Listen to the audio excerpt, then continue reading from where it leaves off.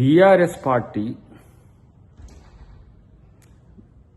కేసీఆర్ కానీ, కేసీఆర్ కుటుంబం కానీ, కేసీఆర్ చుట్టూ ఉన్న వందమాగదులు కానీ, లేకపోతే కేసీఆర్కు సహకరించే శక్తులు ఏవైనా సరే బీఆర్ఎస్ పార్టీని ఇక బతికించే పరిస్థితి లేదు. మీరు ఎన్ని అబద్ధాలు ప్రచారం చేసుకున్నా అది గాలికి పోతుంది.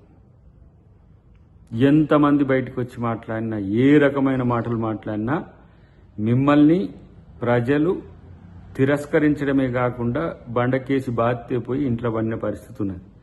ఇంకేదో బతికించుకోవడానికి ఇంకో భాషను వాడతాం, తెలంగాణ సెంటిమెంట్ను వాడతాము అని చెప్పే పరిస్థితే గనక వస్తే ప్రజలు మిమ్మల్ని గమనిస్తలేరనే ఆలోచనతో ఉండకండి. ఇవాళ మీరు చేసిన అకృత్యాలకు సంబంధించిన ప్రతి ఒక్క వివరం తెలంగాణ ప్రజలకు వాళ్ళ కళ్ళ ముందు ఉన్నది.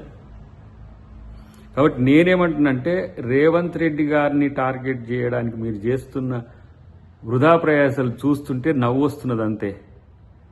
కేసీఆర్ వల్లనే కాదు, ఇంకా మీరు ఎంతమంది వచ్చినా, అది కేటీఆర్, హరీష, జగదీష, ఇంకెవరు వచ్చినా మీరు ఏమీ చెయ్యలేకపోగా మరింత మీ పరువును తీసుకుంటున్నమాట ఫస్ట్ గమనించుకోండి.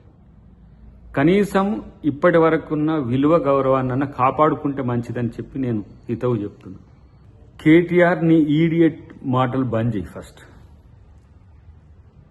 నీకు ఏమైందో, నీకు నీ మైండ్కి పిచ్చి పట్టిందా, లేకపోతే సైకోగా మారినావా, లేకపోతే ఏమైందో అర్థం కావట్లేదు. కానీ నీ వల్ల ఏమి కాదు అని తెలుసుకుంటే మంచిది.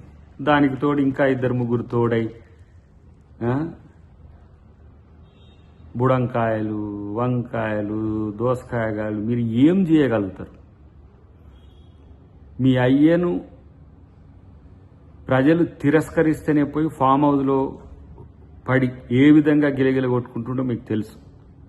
దానికి కారణం ఎవరు? రేవంత్ రెడ్డి అని కూడా తెలుసు.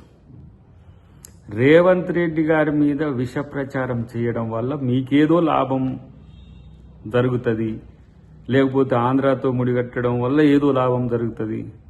రోజు ఇట్లనే అబద్ధాలు ఆడదాము, ఏ విధంగా రేవంత్ రెడ్డిని మనము డిగ్రేడ్ చేద్దామని చూస్తే అంతకంతకు పెరిగిపోతున్న పరిస్థితి. ఏ విధంగా ఇలా దేశవ్యాప్తంగా బీసీ బిల్లుతో చర్చల్లో ఉండో కనీసం తెలుసుకోండి. మీకు ఒక ఏమంటారు, మీరు ఒక ముసుగు కప్పుకొని ఏమీ తెలియని దద్దమ్మల్లాగా ఇంట్లో వండుకున్నారు కాబట్టి మీకు ఇలా ఏం అర్థం కావట్లేదు రేవంత్ రెడ్డి చేసే పనులేందు. లేదంటే ఆయన కొట్టే దెబ్బలకు దిమ్మ తిరుగుతుందో మనకు తెలియదు. కానీ డెఫినెట్గా మీకు ప్రజలు భవిష్యత్తును కూడా లేకుండా చేస్తారనే విషయాన్ని గుర్తుపెట్టుకుంటే మంచిది.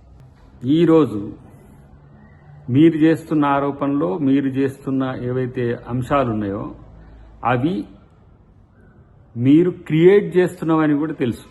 ఎట్లా కనుక ఆర్టిఫిషియల్ ఇంటెలిజెన్స్తోని కంచిగచ్చిబౌలి ఎట్లా క్రియేట్ చేసిండ్రో అబద్ధాలను ప్రచారం చేయడానికి ఒక ఈడియాటిక్ స్ట్రాటజీ, ఒక బుద్ధి లేని స్ట్రాటజీ, తెలంగాణ సమాజానికి కన్ఫ్యూజన్ చేసే స్ట్రాటజీ మీరు చేస్తుందని తెలుసు.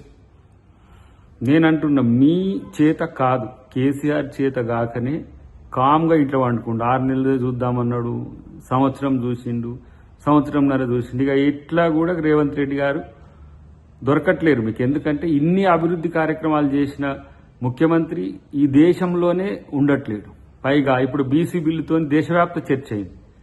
ఇది జీర్ణించుకోలేక మంచి పనులు జరిగినప్పుడల్లా ఒకటి తెర మీదకి తీసుకొచ్చి బండారం బయట పెడుతున్నట్టుగా ఏదో పెద్ద పొడింగి మాటలు మాట్లాడుతున్నారు. మీరు ఫోన్ ట్యాపింగ్లు ఇరుక్కొని ఫోన్ ట్యాపింగ్ గురించి మాట్లాడతారు. మీరు అవినీతి అక్రమాల్లో కమిషన్స్ ఎదుర్కొని కమిషన్స్ అంటారు. కాబట్టి ఇవాళ 3 4 మీరు ఎంతమంది వచ్చినా మీరు రేవంత్ రెడ్డి గారిని ఏమీ చేయలేకపోగా మీ పరువు తీసుకుంటారనే మాట మాత్రం వాస్తవం. నేనంటున్నా ఇంకా బీఆర్ఎస్ పార్టీ మనుగడలో ఉంటుంది అని ఆలోచించేటోళ్ళంతా కూడా సమయం వృధా తప్పితే మరొకటి కాదు. వాళ్ళని చంపుకుంటున్న తీరు మీరు గమనించండి.